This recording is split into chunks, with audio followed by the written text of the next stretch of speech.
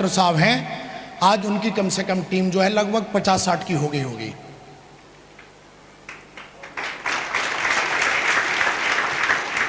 जब इस बिजनेस का मैं प्लान दिखाने जाता था तो प्लान दिखाता था, लोग मेरी मजाक उड़ाते थे। मजाक उड़ाना या बात करना, ये दुनिया में आप शिकुर लैब करना या मत करना, मैं फिर बोल रहा हूं। मेरे गुरु ने एक ही चीज बोली, कुछ प्रॉब्लम आई मेरे को तो उन्होंने एक ही चीज बोली थी, बोला विकास शिकुर लैब करना मत करना, पर साला कोई ऐसा काम कर लेना जिससे कि तेरी नाक ना कटे। और मैं फिर यहाँ पे जो मैं सबको बोल रहा हूं, शिकुर लैब करने के लिए बहुत सारे लोग बोलते हैं ऐसी कंपनी नहीं है साहब। कंपनी को 14 साल हो गए। कितने हो गए? 14 साल हो गए। कोई मैया का लाल ऐसा मिला नहीं जो शिकुर लैब कंपनी को डिगा दिया हो। 14 साल से धुआंधार तरीके से उड़ रही है, धुआंधार तरीके से। और लोगों को जब प्लान दिखाने जाते थे तो लोग ऐसे बोलते थे, फौजी तो क्रैक होते हैं और तो खुद ही बच्चा दिखता है। मेरे को ज्ञान देने आया ना। और ऐसा बोला जाता है अगर किसी को बुखार है तो चेहरे से पता चल जाता है, ये सुनो। और कहते हैं किसी को अगर ईगो है तो कैसे पता लगता है पता है आपको? 2 बार वो गर्दन ऊपर नीचे करेगा और आपकी हर बात काटेगा। समझ लो उसको ईगो की बीमारी है।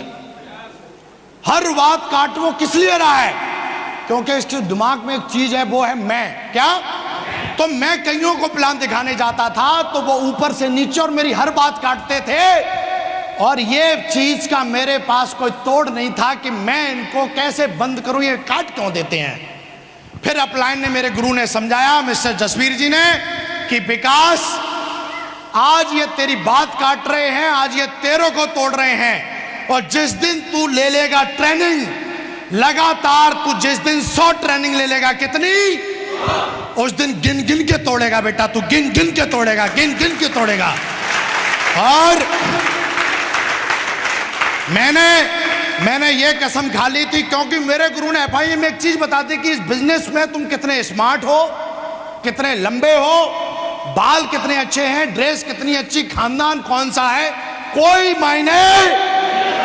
इसमें एक ही चीज मायने रखती है कि आपकी इच्छा शक्ति कितनी है और आप प्लान कितने दिखाते हो। काम करना स्टार्ट किया, प्लान दिखाते रहा, प्लान दिखाते रहा, प्लान दिखाते रहा, प्लान दिखाते दिखाते 50 की, 100 की, 300 की, 400 की, 500 की, जैसे 500 की भी टीम बनी। मेरे पास शिकुर लैब से लोग बोलते पैसे नहीं आते। 500 की टीम बनाने के बाद लगभग 500 से कम टीम थी। जितना मैं आर्मी से कमाता था उतना मुझे यहाँ से पैसा आना स्टार्ट हुआ। और पैसा आने के बाद मैंने आर्मी को बोला, यार अब मुझे आर्मी की नौकरी करनी चाहिए, शिकुर लैब करनी चाहिए, क्योंकि जितना मुझे शिकुर लैब पैसा दे रही है उतना ही आर्मी दे रही है। लेकिन आर्मी में 24 घंटे के नौकर और यहाँ पे मैं पार्ट टाइम करता हूँ, अब मुझे क्या करना चाहिए। अपलाइन को फोन लगाया और ऐसा बोला जाता है कि जिंदगी में कोई भी कंफ्यूजन है आप एक ही नंबर लगा लो, वो है आपका एक्टिव अपलाइन। और एक्टिव अपलाइन का नंबर लगाया। मैंने बोला कि महागुरु जी ऐसी बात है। उन्होंने बताया तेरा दिल क्या बोल रहा है। मैं बोला अगर मैं छोड़ देता हूँ नौकरी तो मैं सफल हो जाऊंगा। बोला मैं फिर तेरे साथ हूँ, फिर देरी किस बात की, लेकिन हिम्मत और विश्वास और मेहनत तेरी, गाइडेंस मेरी। और दोस्तों इस बिजनेस को मैंने 1 जून 2010 से फुल टाइम करने का मैंने डिसीजन लिया। 1 जून 2010 से मैंने काम करने का डिसीजन लिया। फुल टाइम विदिन 6 महीने के अंदर फुल टाइम हुआ क्योंकि मेरा फोकस था। लेकिन सवाल एक ही चीज आती थी कि जब मैं फुल टाइम हुआ तो लोग मेरी बात को वैल्यू नहीं देते थे। आपकी भी बात को वैल्यू नहीं देते होंगे। और हमारी इच्छा क्या करती कि हर इंसान मेरी बात को वैल्यू।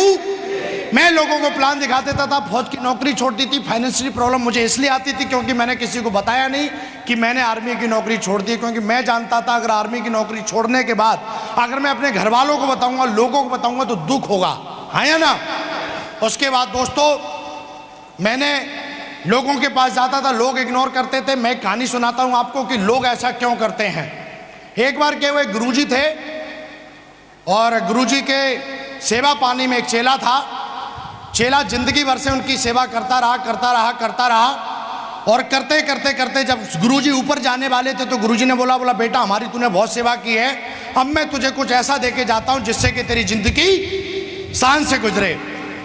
तो उन्होंने बोला क्या गुरुजी? बोला ऐसा है बेटा, एक पारस का पत्थर है जो मैं तुझे दे देता हूं, और जब जब तू लोहे में लगाएगा तब तब तू उस लोहे को सोना, जोर से बोलिए, जोर से बोलिए, बना देगा। तो गुरुजी ने वो बोला वो पत्थर समुद्र के किनारे मिलेगा। कहाँ मिलेगा? चेले ने बोला गुरुजी ऐसा है, वो पत्थर जो है, वहां तो बहुत सारे पत्थर होंगे, मैं कैसे पहचानूंगा? तो फिर गुरुजी ने बोला वो पारस जो पत्थर है वो गर्म है। क्या है वो पत्थर? कैसा होगा? और दो पत्थर तुझे गर्म मिले वो पारस है, समझ लेना।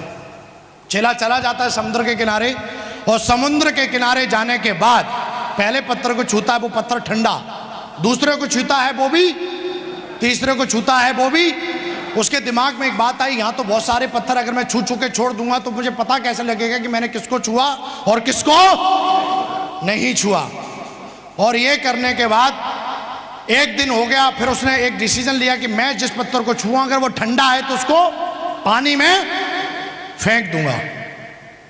एक दिन हुआ, दूसरा दिन हुआ, ठंडा पत्थर मिले पानी में, तीसरा दिन हुआ, ठंडे पत्थर मिलते जा रहे, पानी में फेंकता जा रहा है, फेंकते फेंकते 1 महीना हो गया लेकिन गर्म पत्थर नहीं मिला। 4 महीने हो गए नहीं मिला, 7 महीने हो गए नहीं मिला, 8 महीने हो गए नहीं मिला। अगर ये स्टोरी आपने समझ ली तो आज जिंदगी में this day, today is the best day, और आपकी जिंदगी का ये दिन टर्निंग पॉइंट बन सकता है। 8 महीने होने के बाद, 1 साल होने के बाद, लगातार 1 साल से वो पत्थर फेंकते रहा, ठंडे पत्थर मिलते गए। अचानक उसके हाथ में गर्म पत्थर आया और वो भी उसने, कोई बताएगा वजह क्या थी? वो उसकी हैबिट में आ गया था। हमारी जिंदगी में भी हैबिट है, हर चीज को निगलेक्ट करना, हर चीज को नजरअंदाज कर देना। गरम पत्थर उसे मिला लेकिन वो उससे फेंकना नहीं चाहता था, लेकिन आदत में शामिल था उसने, इसलिए आदत ने फेंकवा दिया। हमारे साथ भी बहुत सारे लोगों ने ये कंपनी ज्वाइन की, बहुत सारे लोग आए, मैं भी बिजनेस में आया, काम करना स्टार्ट किया, लेकिन साला मैं जानता था कि I am not Mister John, I am Mister Vikas Bindaas, और मैं बिल्कुल वो गलती नहीं करूंगा जो मिस्टर जॉन ने की है। मेरे को जितने भी गर्म लोग मिले, लाइन लगा के, FIM कर करके, टूल्स दे के, कर करके साला 1000 दिन में 10,000 लोगों की टीम बना के खड़ी कर दी। 1000 डे। लोग बोलते साहब होता ही नहीं, अरे होगा कहां से? पहले अपनी आदत हमें संवारनी। हम इस बिजनेस को भी, इतना बड़ा बिजनेस मिलने के बाद भी हम इसको भी निगलेक्ट कर देते हैं। 1 करोड़ 4 लाख की बात को भी निगलेक्ट कर देते हैं। हर बार टाई लगा के लोग आते हैं, हर बार मीटिंग में आते हैं, हर बार ट्रेनिंग में आते हैं, हो और हो करने के बाद बाहर निकलने के बाद उनका वो स्टाइल मिस्टर जॉन। लेकिन अपन ने कभी ऐसी गलती नहीं की, इसलिए आज भगवान की कृपा से, शुक्र लाभ की कृपा से, एक दिन मेरे को पूछ रहे थे, बोला सर आपको जिंदगी में चैलेंज क्या मिला? मैंने उनको एक ही जवाब दिया, सर अपने सपने बहुत बड़े थे और आगे भी हैं, चैलेंज तो साला चींटी के बराबर है। चैलेंज तो जो धरती पे घूमती रहती है वो अपने तक छूती भी नहीं है। यस और नो? तो दोस्तों अगर आपके ड्रीम बड़े हैं तो आप इस बिजनेस में कामयाब हो सकते हो। यस और नो? काम करना स्टार्ट किया, काम करते करते 1000 दिन में, जहां पे लोग बोलते थे साहब पैसे नहीं आते, जहां पे लोग बोलते थे ऐसा कुछ होता नहीं है, 1000 दिन के अंदर 10,000 लोगों की टीम बना के खड़ी की, और एक नहीं, इस बिजनेस से 1000 दिन के अंदर 50 लाख रुपए कमा के दिखाए। 50 लाख। Thank you. फटाफट अचीवमेंट की बात करूं तो लोग बोलते हैं साहब ये बिजनेस क्या देता है?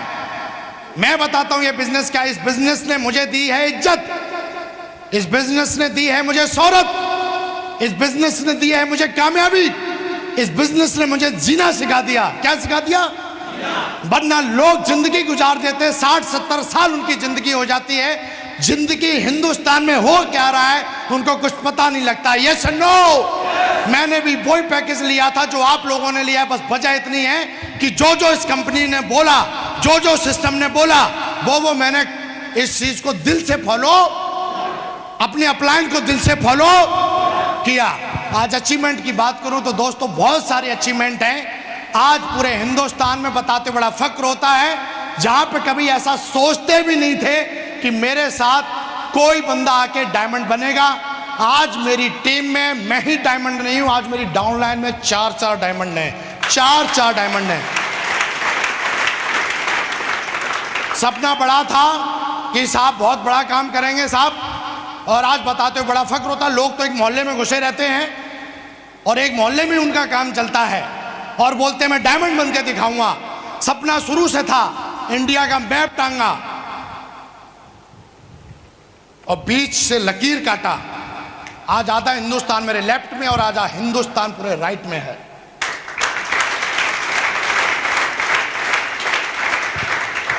कभी भी गलियों का बिजनेस नहीं किया मैंने, सिटियों का बिजनेस किया। और ये अपना ड्रीम है, ये अपने से कमिटमेंट है कि अभी तो बेटा करना सीखा है मैंने। यस नो, यहां पे लोग बोलते थे कि साहब कुछ होता नहीं है। जिंदगी की पहली, जिंदगी में पहली, जिंदगी की पहली जो गाड़ी है साला ऑडी से स्टार्ट किया है जिंदगी को।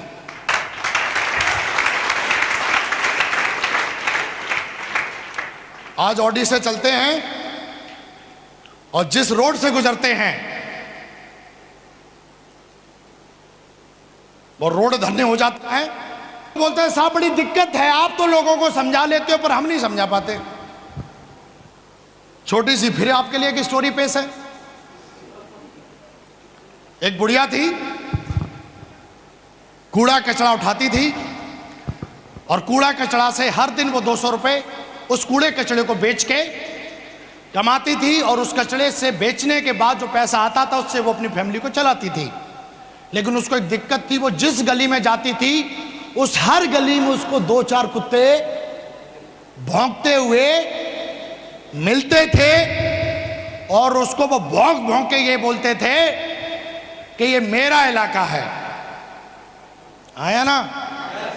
लेकिन बुढ़िया एक ही काम करती थी कि कुत्ते भौंकते रहते थे, वो अपना काम। अपन ने भी कुछ ऐसा ही काम किया, कुत्ते भौंकते रह गए और हमने साला आज ऑडी से चलते हैं और 32,000 लोगों की टीम को लीड करते हैं।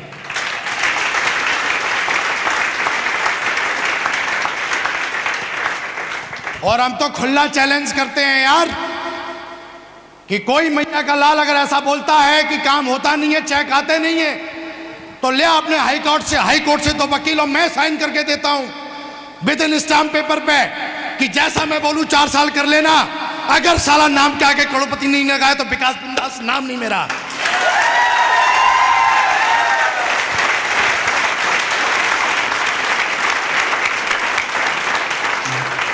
बात 1 करोड़ की है, हम चपरासी बनने की बात नहीं कर रहे हैं। यस नो, हम डायमंड बनने की बात कर रहे हैं भाई साहब। 1 करोड़ 4 लाख की बात कर रहे हैं, महीने में 8 लाख की बात कर रहे हैं। यस नो, हम हवाई जहाजों में घूमने की बात कर रहे हैं, सिंगापुर में फोटो खिंचवाने की बात कर रहे हैं, स्टार क्रूज में जाके लंच और डिनर करने की बात कर रहे हैं।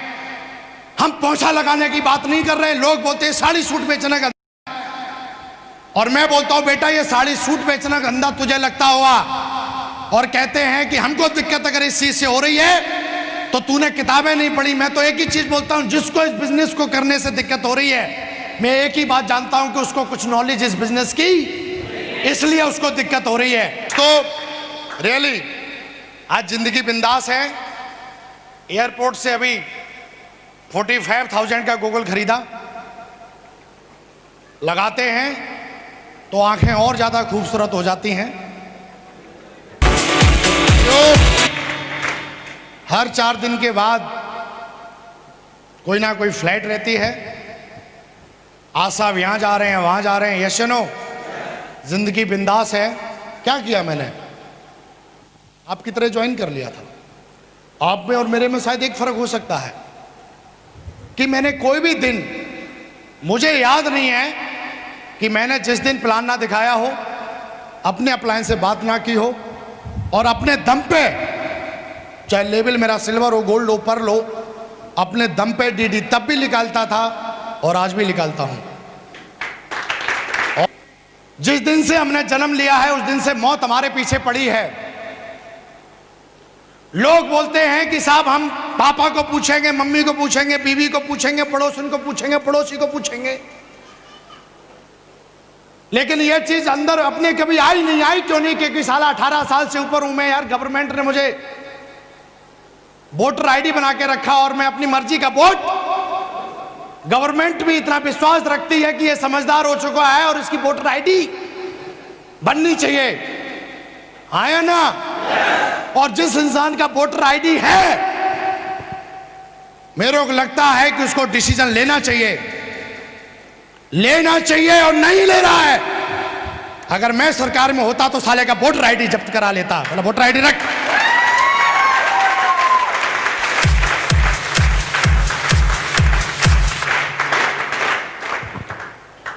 जिस दिन से जन्म लिया है हम सबके पीछे मौत पड़ी हुई है और वो वेट नहीं करेगी, ना ही किसी से पूछेगी, ना ही किसी को बोलेगी। जिस दिन उनका वक्त और टाइम जिस वक्त आ गया, वो बिना पूछे और बिना बताए आपको उठा लेगी।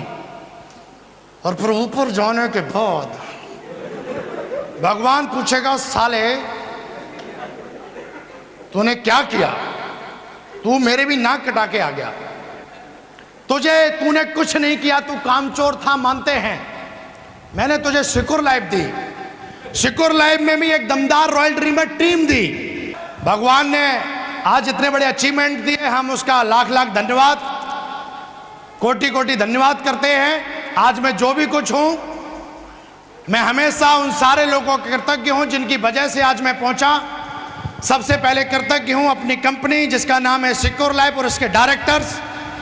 उसके बाद मैं कृतज्ञ हूं अपने सक्सेसफुल सिस्टम और उसके फाउंडर लीडर।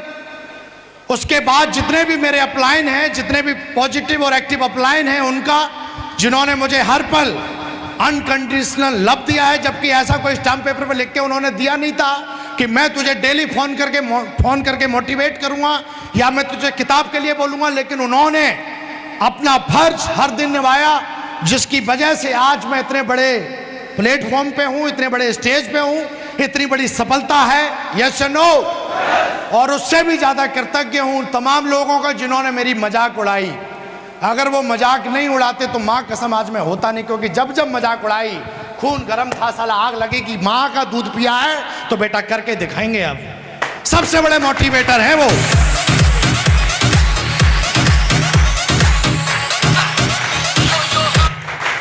मेरी जिंदगी के सबसे बड़े मोटिवेटर हैं नेगेटिव लोग, जो मुझे देख के एकदम वो भी छल्ले की तरह गर्दन घुमाते थे। यस या नो? तो मुट्ठी बांधिए अब, और अब आपकी बारी है। खड़े हो जाइए स्टेज से। आग लग चुकी है और आग लगती है तो इंजन से धुआं निकलता है। यस या नो? बांधिए मुट्ठी, बांध लो आज। और दोस्तों चिल्ला के 3 बार हम अपने आप से कमिटमेंट करेंगे। आज करें तो 3 बार बोलेंगे, I am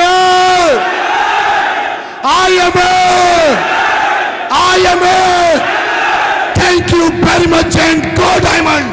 thank you very much.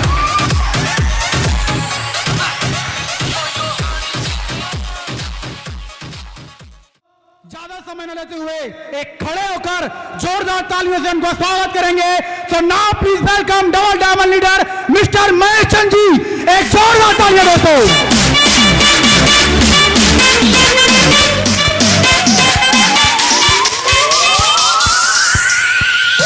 दोस्तों जोरदार तालियां।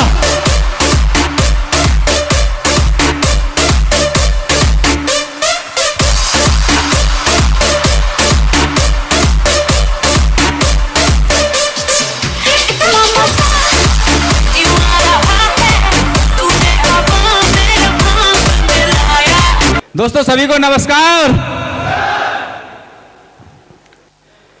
दोस्तों जानना चाहूंगा आज कितने ऐसे लोग हैं जो मुझसे पहली बार रूबरू हो रहे हैं? क्या बात है, बहुत सारे लोग हैं। दोस्तों इस बिजनेस से पहले मैं सिलाई किया करता था, कपड़े सिलने का काम।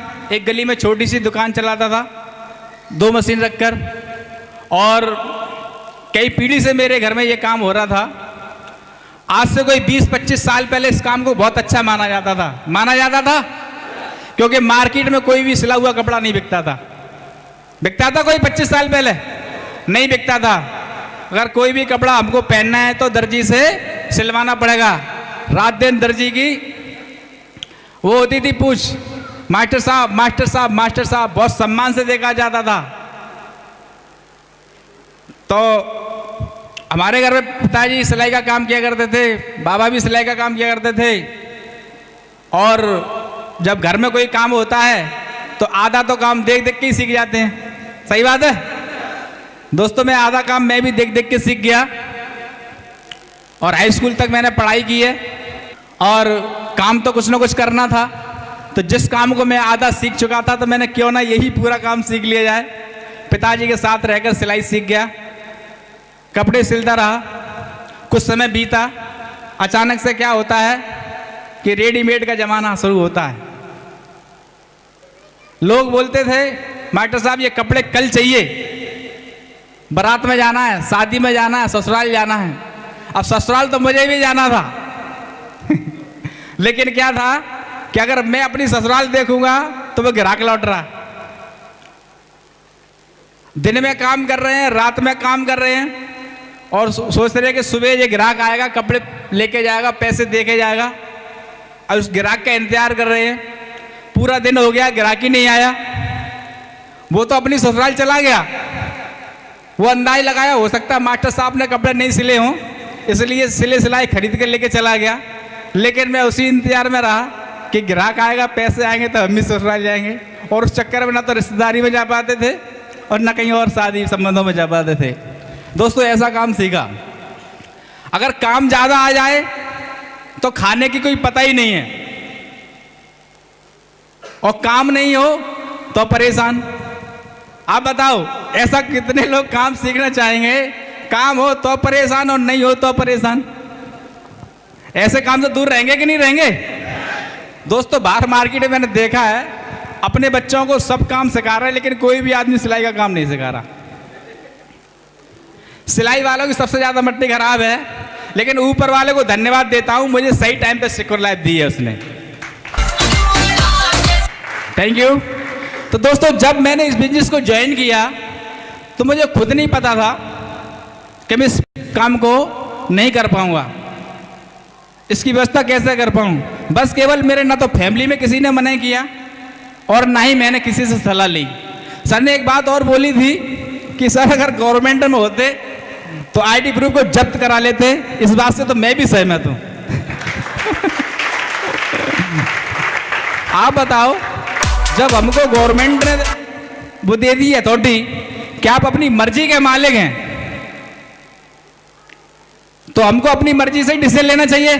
सही और गलत, सही बात है। लेकिन दोस्तों जितने लोग अपनी मर्जी से डिसीजन लेते हैं वही लोग यहां पर डायमंड बनते हैं, वही लोग डायमंड बनते हैं।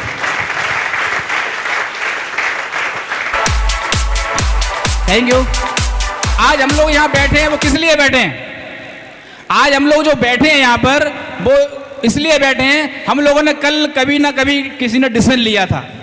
क्योंकि जिन लोगों ने डिसीजन नहीं लिया, आज वो कहीं ना कहीं मार्केट में चप्पल चटका रहे हैं, फालतू घूम रहे हैं, कुछ ना कुछ और काम कर रहे हैं। उस समय हमने सही डिसीजन लिया तो आज हम यहां पर हैं। Thank you. दोस्तों आप बताओ, उस समय जब मैं इसमें ज्वाइन हुआ था, उस समय मेरे 4 बच्चे थे, पढ़ रहे थे 4 बच्चे। अकेला 100 सवा से 150 रुपये का काम करता था, पैसा बच नहीं पा रहा था। तो मेरे पास सबसे बड़ा बहाना था ना करने का, सबसे बड़ा बहाना था ना करने का। समय नहीं था ना करने का, परदेश में रहता था, किसी को जानता नहीं था, सबसे बड़ा बहाना था ना करने का। आप बताओ, अगर इसको नहीं करता तो आज भी वहीं जिंदगी घिसट घिसट के रहती। लेकिन इसमें यस किया तो आज उस काम से छुटकारा मिल गया है हमेशा के लिए। जिंदगी में कभी भी कोई ये व्यक्ति हमारे यहाँ सिलाई का काम, मजदूरी तो करेगा ही नहीं, सिलाई तो छोड़ो, मजदूरी नहीं करेगा कभी भी, इतना पैसा आएगा। Thank you. दोस्तों, इस बिजनेस से पहले साइकिल रहती थी, पंचर अगर हो गई तो पता नहीं कब जरूरी काम आएगा, तब वो पंचर को जुड़वाएंगे। लेकिन इस बिजनेस की वजह से दोस्तों आज 8 गाड़ी परचेज की है इस बिजनेस के माध्यम से, और आज कार तो है, लेकिन ये कार अब हमारे लिए बहुत छोटी मोटी हो चुकी है। लेकिन अगली कार मेरी जगवार होगी जो 1 करोड़ रुपए से ऊपर की होगी।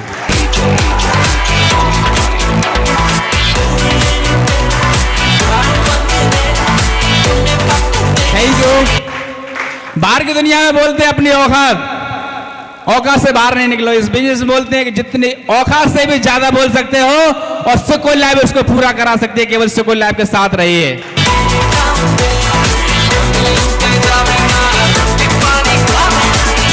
Thank you.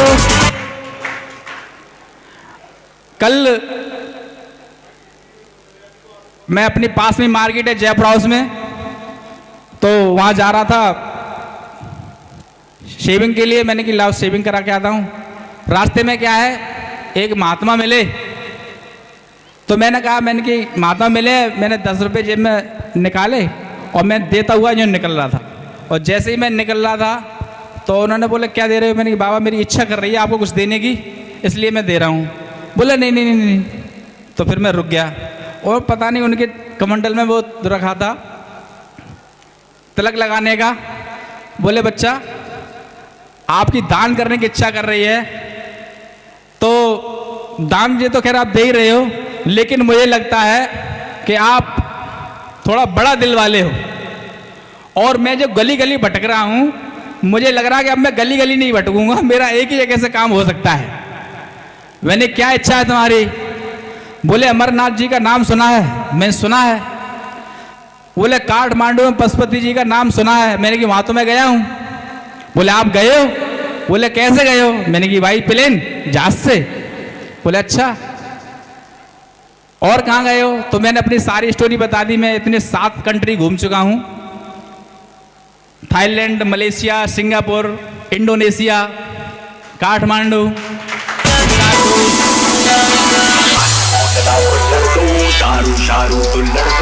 ये वही दोनों।